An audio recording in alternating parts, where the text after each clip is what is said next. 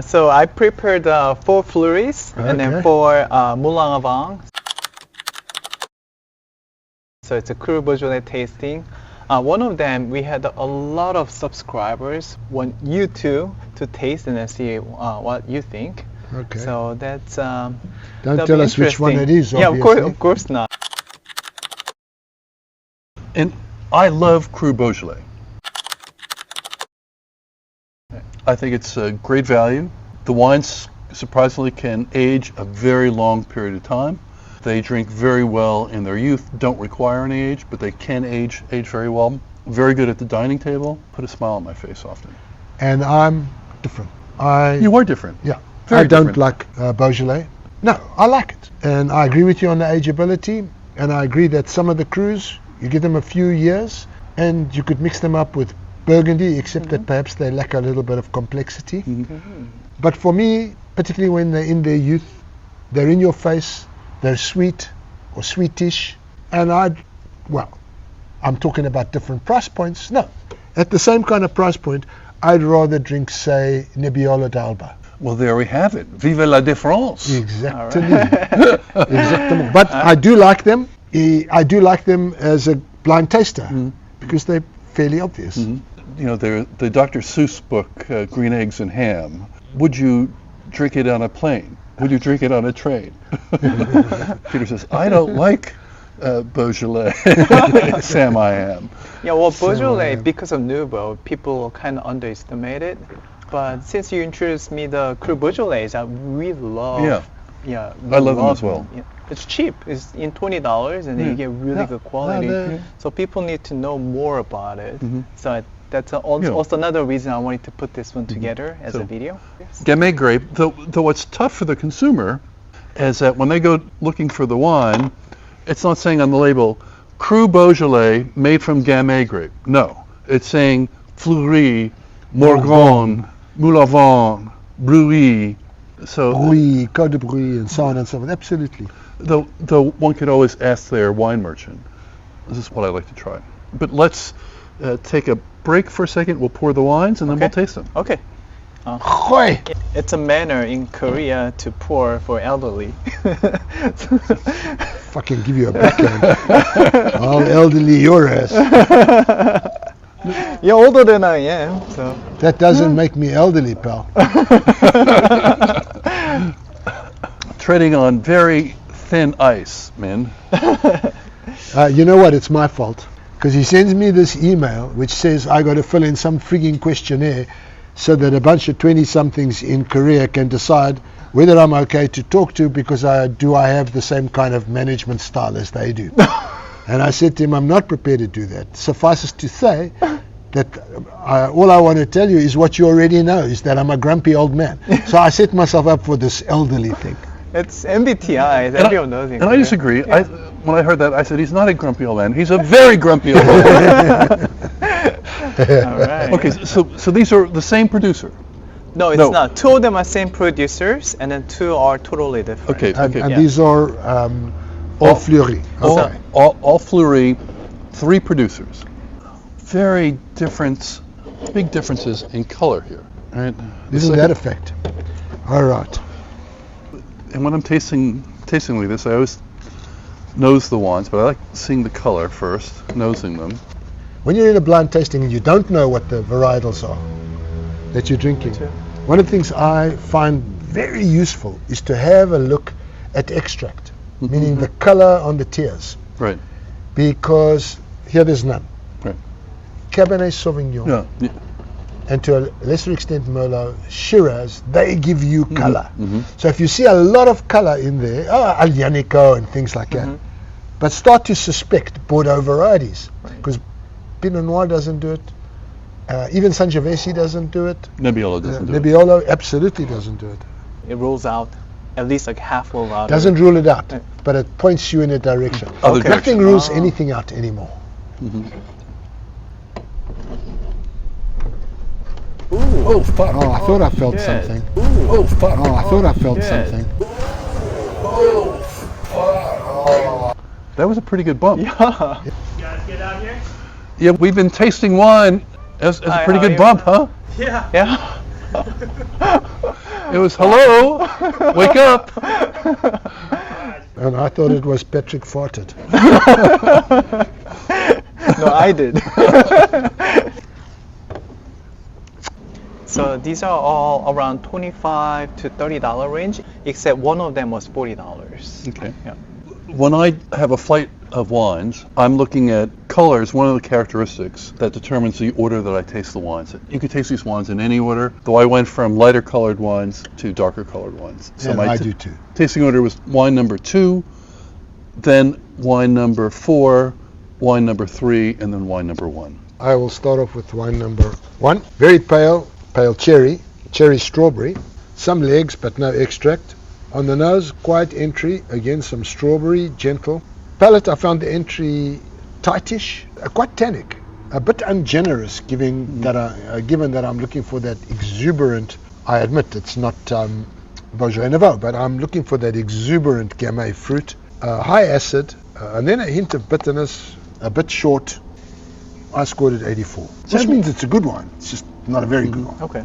I liked it more than you did. Again, it was the most tannic of the group. Did have some nice fruit. I found it had some interesting complexity. Berry, cherry, had some salinity, some saltiness, spiciness, and earthiness. So I'd be probably in that 88 to 89 points on this wine. I'll do the second. Yeah. Yep. Yeah. Second's the lightest color wine by far. I think is also the oldest wine. It's got some trace brick change on it. There may be some slight haze to it. I'm not sure. Berry, earthiness on the nose, though. The nose to me was somewhat muted. The palate was better than the nose. Berry, cherry, fairly good length. I had some slight funk on the finish. But that all said, fairly good length. The tannins were soft, and I'm probably in an 84, 85 points for this wine. So you preferred the previous one? Yeah. Mm-hmm. Okay. Again, very pale.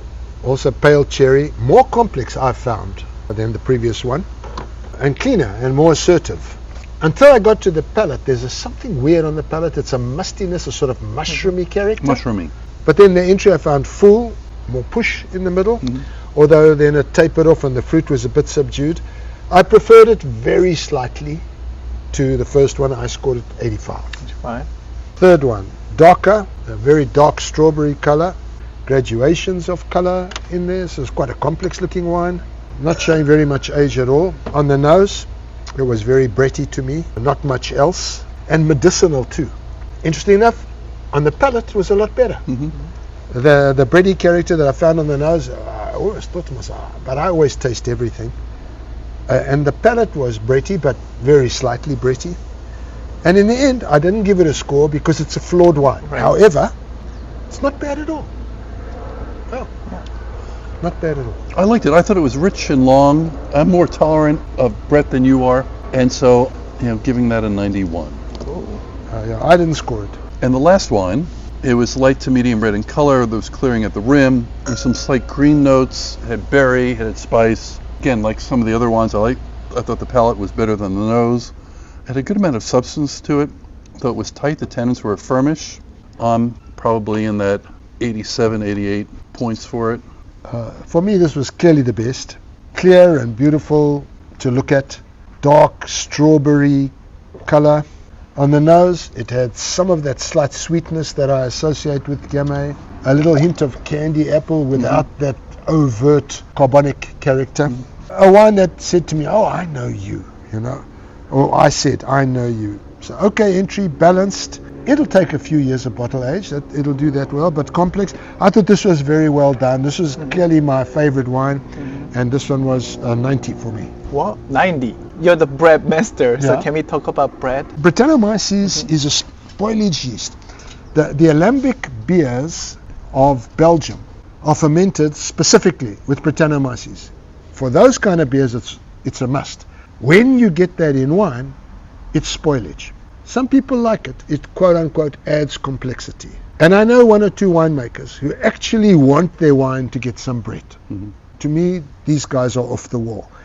For the most part, nobody wants their wine to have Brett. It's a spoilage yeast. It's also cancer. When you've got Brett, in your wine, it comes usually, though not always, from the barrels. You then, if to want to get rid of the Brett in the cellar, you have to get rid of not only all the wood, not only all the oak, but all the wood in the cellar. Because it's like cancer. Once it's there, it spreads and it sticks on everything. It's going to be a lot of money, though. It's a hell of a lot of money. And usually starts in used barrels that haven't been properly cleaned. And also, if the folks making the wine are not keeping the wine fully topped up in the barrel, because Brettanomyces needs some oxygen. So if you keep the barrels fully topped up, your chances of getting Brett are reduced. What's interesting, as you said, some of these older barrels can be more susceptible to microbial issues like Brettanomyces. But the opposite is also true, that Brettanomyces likes to dine on sugar called xylose that's found in new oak barrels. Oh. So you can even get it in a new oak barrel. The general characteristics of Brett are ratchet, batshit. Ratchet. I never smelled ratchet. You haven't smelled ratchet? Rat urine. Oh, rat urine. Horse leather. Horse leather. Yeah, Sweaty leather from Sweaty saddles. leather. Uh-huh. You've been riding the horse. Sometimes you might like it. Most times. I love lambic beer, so.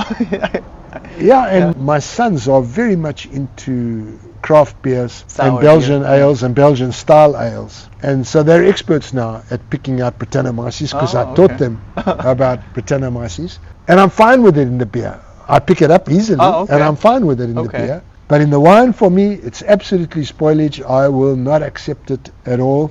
You didn't mean it to be there, and therefore it shouldn't be there. It's a flaw. And I've never seen it, contrary to what some of these people say about adding to the complexity. That's bad complexity for me. I've never seen it improve a wine, ever. And with any of these things that we're talking about, Brettanomyces, we have different thresholds for it. And if you happen to have a low threshold, meaning that you're going to sense it before others, and it's going to be more apparent to you as you get up in the threshold level, that's why people can have different opinions about the same wine. Another thing I noticed about Brettanomyces, and I've never heard this anywhere else, if you've got a wine that's very Bretty, put it on one side and say, I don't want to drink this. But for some reason, you don't throw them out. You come back to them 10 years later. If the wine was capable of aging, 10 years later, it's eaten the Brett. Yeah. Oh, the wine itself is not spectacular, but the Brett is gone. Yeah. How that happens, I have no idea. Well, it can happen. Obviously chemical changes in the bottle. Yeah. Oxidative reduction reactions, redox reactions take place in the bottle. You want to open up? All right. So number 1 is the Fleury Crystal Percolate 2022. Percolate. The Percolate. Crystal Percolate. Yeah. So that's 2022. And then the 2018 is known to have the flow. So we'll see. All right. The number 2 is the 2021 Fleury. This is the most expensive one then, Guy Breton. Oh, is that the... Yeah, number 2 is the most expensive one, $40, which you scored. Well, you was robbed. Mm-hmm. So you liked it more than Pat on this one. And number 3 is the 2018 Fleury, the wine in question. So you do agree that there's a Brett in here, correct? Oh no, that's loaded with Brett. The loaded. Well, I don't know another about loaded. Percolate wine. It has a Brett, though. But it's not undrinkable. It's not undrinkable. Wine number 3, it's a function of how tolerant you are of Brettanomyces, and I'm a bit more tolerant than Peter is. Though as it sits, I can see the Brett a bit more. Though that said, could I enjoy this with a meal? I could. I look at this and say, could I enjoy it with a meal? I live in my house. I got 1,000 bottles in various different places. Part of it's my inventory, and part of it's my... No, I don't have to. Yeah, you don't have to. And you're in the same position. Yeah. But it's interesting. It's an interesting tasting. Yeah, number 1 and 3, it's the same grape, same winemaker, but so different. All right, the 4th one is also Fleury Charmet. Fleury 2021. Pierre-Marie Charmet. This one was about $27, if I remember correctly. Charmet.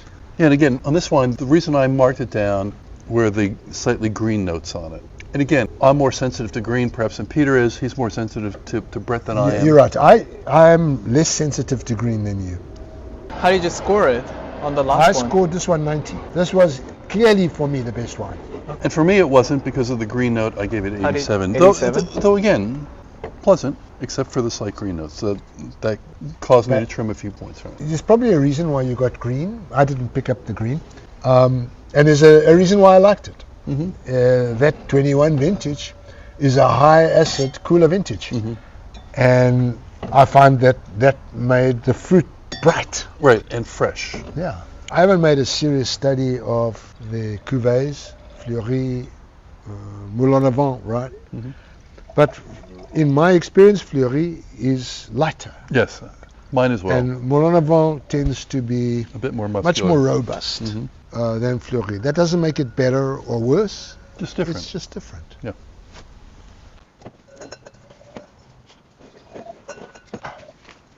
Okay, last flight. I won't be upset if there are traffic jams going home because I don't want to have to drive fast. No, I want to have a bottle of champagne when I get home. Moulin à Vent. I was going to say Yeah. that Pakala needs to go back to school, but this is a good wine.